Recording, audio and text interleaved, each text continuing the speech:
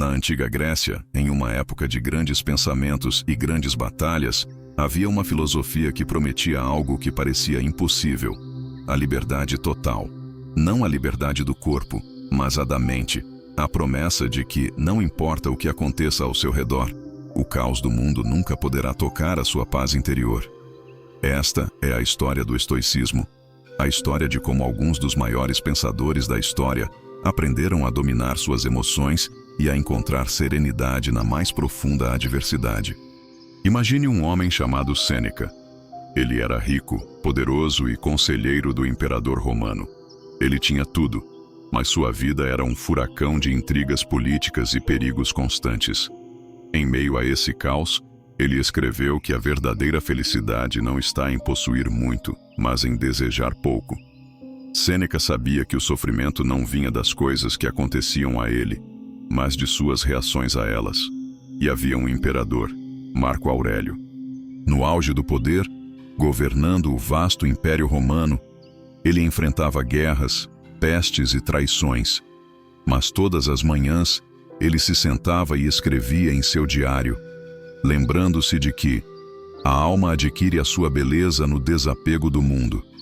Ele entendeu que, enquanto não podemos controlar o que acontece, somos os únicos mestres de como reagimos. A filosofia deles nos ensina uma grande verdade.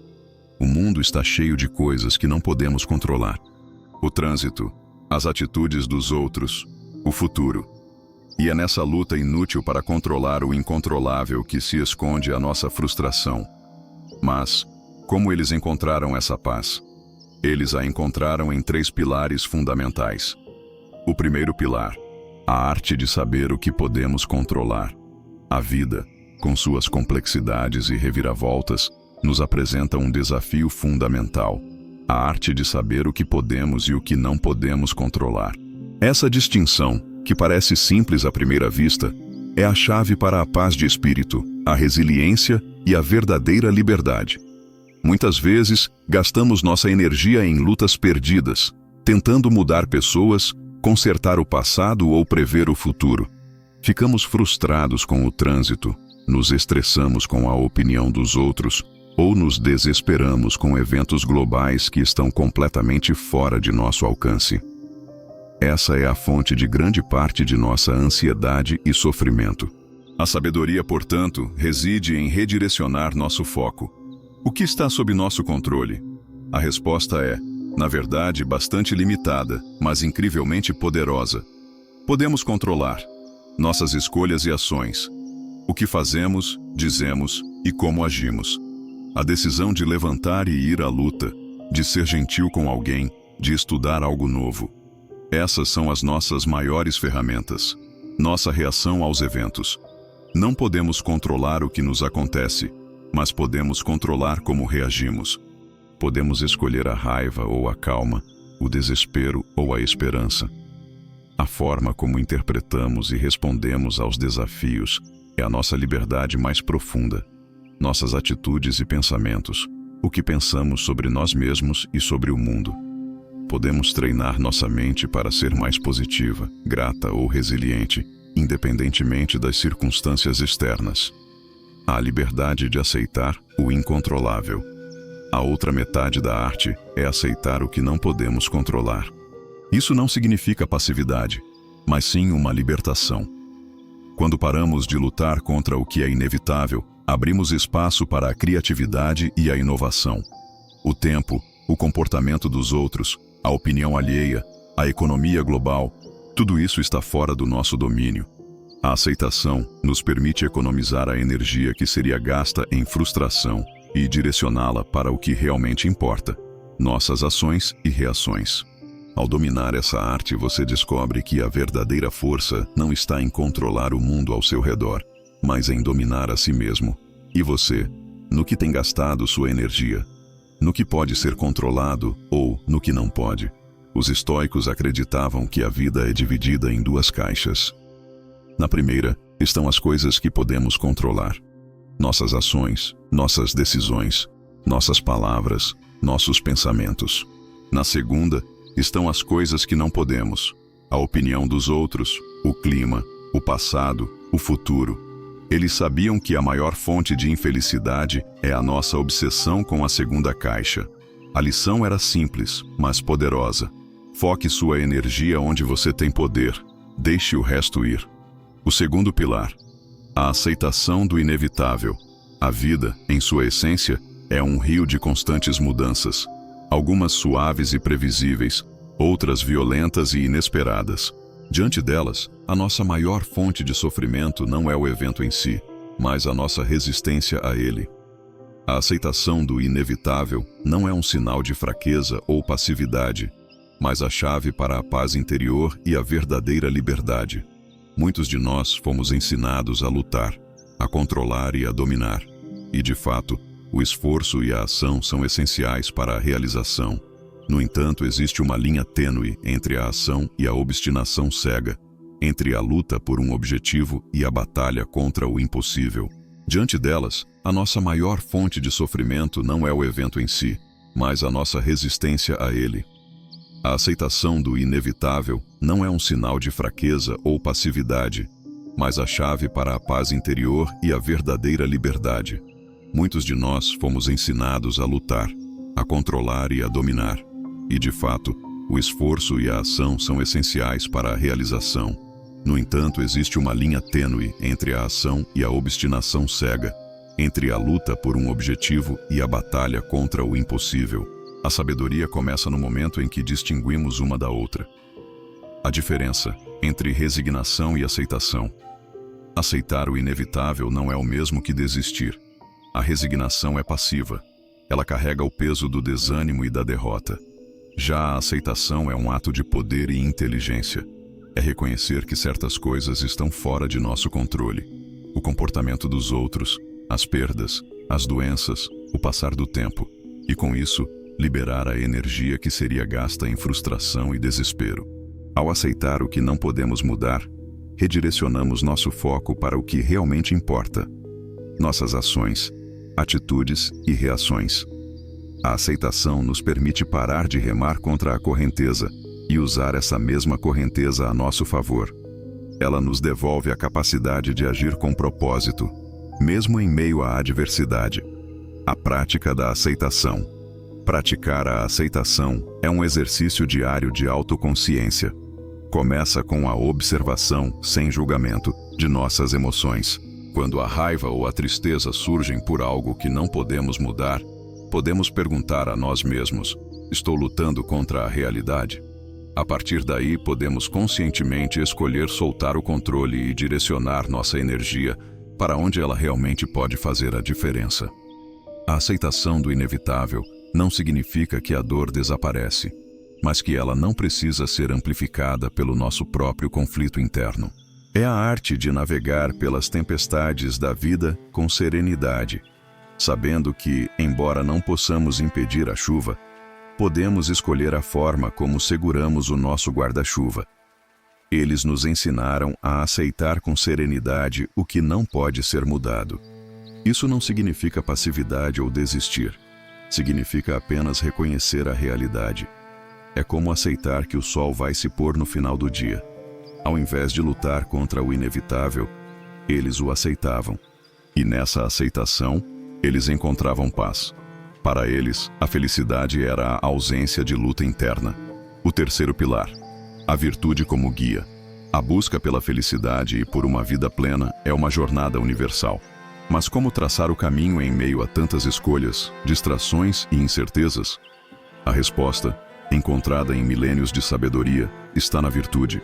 A virtude não é uma lista de regras rígidas, mas sim um conjunto de qualidades internas que nos guiam para a ação correta, independentemente das circunstâncias externas.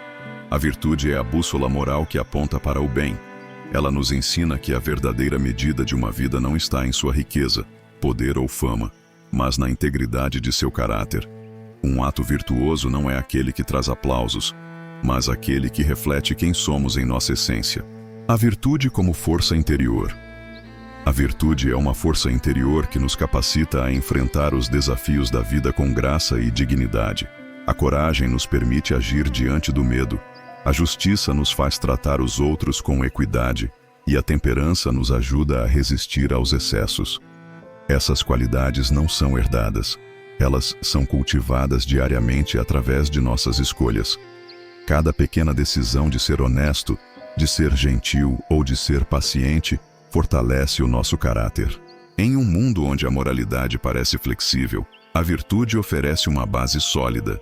Ela nos liberta da necessidade de aprovação externa, pois a nossa satisfação reside em saber que agimos de acordo com nossos próprios princípios. É a certeza de que, independentemente do resultado, fizemos o melhor que podíamos, com a melhor intenção. O papel da virtude na sociedade. A virtude não é apenas uma questão individual, mas o alicerce de uma sociedade saudável. Quando indivíduos agem com virtude, a confiança cresce, a cooperação prospera e a comunidade se fortalece. A virtude cria um ciclo positivo, onde o bem inspira o bem, e a integridade se torna o padrão, e não a exceção. Em última análise, guiar-se pela virtude é escolher uma vida com propósito e significado. É a arte de construir um legado não de coisas, mas de caráter. É a certeza de que, ao final da jornada, a recompensa não será a fortuna, mas a paz de espírito de ter vivido uma vida digna de ser vivida. Para os estoicos, a virtude era o bem maior. Não a riqueza ou a fama, mas a sabedoria, a justiça, a coragem e a temperança. Eles acreditavam que, ao agir com virtude, estávamos alinhados com a razão e a natureza. Eles viam a vida como uma jornada para se tornar uma pessoa melhor. E os desafios não eram obstáculos, mas oportunidades para praticar a virtude. Um insulto era uma oportunidade para praticar a paciência. Uma perda, para praticar o desapego. O estoicismo não é sobre ser insensível ou apático. É sobre ser o comandante de suas próprias emoções, não o escravo delas. É a filosofia que nos ensina a encontrar a felicidade, não nas coisas, mas na nossa atitude em relação às coisas. É sobre entender que os sinais da vida, sejam eles bons ou ruins, são apenas fatos, e cabe a nós, com sabedoria, decidir como reagir a eles. Dominar as emoções e entender os sinais da vida é a chave para uma existência plena e com propósito. É uma jornada de autoconhecimento que nos leva a uma profunda conexão com nós mesmos e com o universo ao nosso redor. A arte de dominar suas emoções. Nossas emoções não são inimigas, mas sim mensageiras. A raiva nos sinaliza que nossos limites foram violados. A tristeza, que algo valioso se foi. A ansiedade, que nossa mente está presa em um futuro incerto. O problema não é sentir, mas sim ser dominado por esses sentimentos, permitindo que eles nos controlem. Dominar suas emoções não é reprimi-las, mas sim observá-las sem julgamento. É como sentar à beira de um rio. Você pode ver as águas turbulentas passarem, mas não precisa pular nelas. Ao fazer isso, você ganha a clareza necessária para responder de forma consciente, em vez de reagir impulsivamente. A prática da atenção plena, mindfulness, e a meditação são ferramentas poderosas para isso. Elas te ajudam a se desconectar do caos interno e a encontrar um centro de calma. Quando você entende que a emoção é um estado passageiro e que você é o observador desse estado, você se liberta. Você se torna o mestre da sua mente, e não o escravo dela. A sabedoria dos sinais da vida. A vida está constantemente se comunicando conosco, mas muitas vezes estamos tão ocupados com o barulho interno que não conseguimos ouvir. Os sinais vêm de todas as direções, em uma sincronicidade inesperada, em um encontro casual, em um livro que cai em nossas mãos no momento certo, ou em uma porta que se fecha. Esses sinais são como um GPS divino. Eles nos mostram que estamos no caminho certo ou nos alertam para fazer um desvio. Entender esses sinais não é uma questão de misticismo, mas de consciência e intuição. A intuição é o nosso sexto sentido, uma sabedoria que não vem da lógica, mas de uma profunda conexão com nossa essência. Para entender os sinais, é preciso silenciar a mente. É preciso dar um passo atrás, observar e confiar no que o seu coração está te dizendo. É nesse estado de receptividade que você percebe a beleza de uma borboleta, a mensagem em uma conversa aleatória ou a importância de um sonho repetitivo. A mensagem final. A jornada para dominar suas emoções e entender os sinais da vida é a jornada para se reconectar com a sua própria verdade. Ao fazer isso, você não só encontra paz interior, mas também alinha sua vida com um propósito maior. Lembre-se, sua paz não depende do que acontece ao seu redor, mas do que acontece dentro de você. E o seu caminho não é uma estrada que você constrói sozinho, mas um rio que você aprende a navegar. Aprenda a ouvir o silêncio, confie no processo e permita que a vida te guie para onde você precisa estar. A história deles nos lembra que a verdadeira força não está em lutar contra o mundo, mas em encontrar a paz no seu próprio coração. E essa paz é a única coisa que ninguém pode tirar de você. Se a filosofia estoica te inspirou, deixe um like e se inscreva no canal Rotina da Espiritualidade para mais conteúdo que nutre a alma. Ative o sininho para não perder os próximos vídeos. Até a próxima. Muita luz e paz.